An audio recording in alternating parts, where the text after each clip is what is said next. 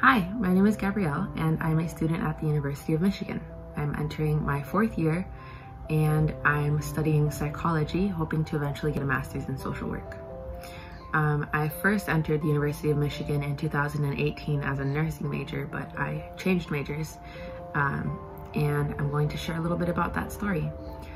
Something interesting about my university is that we have 2 Adventist student organizations. One is called Adventist Christian Fellowship, which is in charge of our midweek Bible studies and other evangelistic efforts throughout the week. And the other is Campus Hope, which is our student-run church that we have every weekend. So I'm going to talk about my faith journey throughout my freshman year in particular and how it led me to where I am now. When I first entered U of M, I noticed that I was different than a lot of my classmates in that I was just overall raised differently. I was a child of immigrants. I came from low socioeconomic status background, which was different from a lot of my cohort.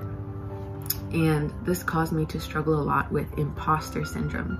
If you don't know what imposter syndrome is, I highly recommend that you research it because it's something that impacts the lives of a lot of university students. This plus trying to process a lot of childhood trauma and even just learning what it meant to be an adult at 18 caused me to struggle a lot with my mental health. And these mental health struggles resulted in me struggling with my classes as well. So I began to struggle with my classes. I was already struggling with my finances, and I started to feel very helpless because I didn't know where to go for support. I couldn't receive support from my family for many different reasons. I didn't know what resources I had access to through the university, so I felt very isolated. About a month and a little bit into my first semester, I decided to go to church because I hadn't been in a long time and I missed it and I really wanted to go. So I went and I stayed for potluck, and that's where I met Campus Hope. The president of ACF was there as well because there's a lot of overlap between ACF and Campus Hope, and she invited me to their midweek Bible studies. So I started going and it completely changed my life. I learned what it meant to study the Bible. I started to fall in love with God, and I even started to do my own personal devotions. So my relationship with God was getting stronger and stronger each day, and it was completely changing my perspective on everything.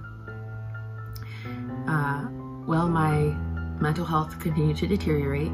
I eventually fell into a depression and I wasn't doing well, and I needed a lot of support academically that I didn't have at the time. And it came to a point where if I didn't get the help that I needed, I wasn't going to be able to succeed.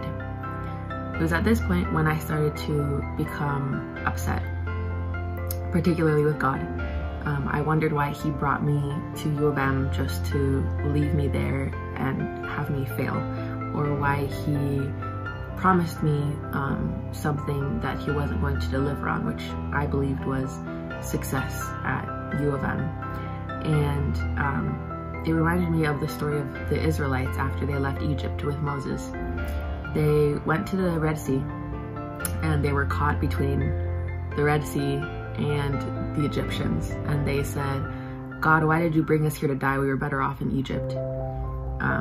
Which, when you first hear that story, it's like crazy to think that they would talk to God like that, but I realized that I was just like them.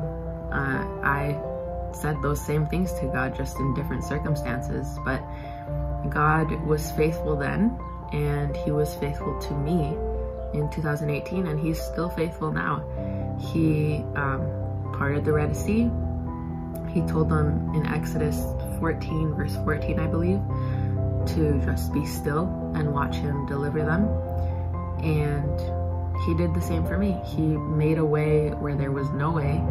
He revealed to me what my resources were, what options I had, how I was able to pick myself up from a very difficult semester and move forward after that. Since then, he has continued to protect me and cover me in a way that only he knows how to.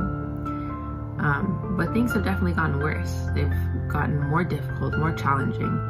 But because of that experience that I had with him, And because of the experience I've had with him since then, I am so confident in his faithfulness, even when I lack in my own faithfulness, that I don't worry anymore when I am out of money, or when my mental health is doing very poorly, or when things in school aren't going the way I want them to. I've come to a point where I know that God is going to deliver me, even if it's not going to look like what I want it to, or even if it's not going to be in the timing that I want it to be, but I still know that He's going to deliver me because He is faithful, even when I'm not.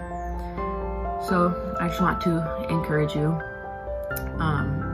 whoever's watching this, that you take the time to be still, to stop trying to solve things by yourself, because we can't. And oftentimes God doesn't let us deliver ourselves because He doesn't want us to think that deliverance comes from ourselves, because it doesn't. It comes from God. So I just encourage you to stand still, to watch the deliverance of God, and to trust in His faithfulness.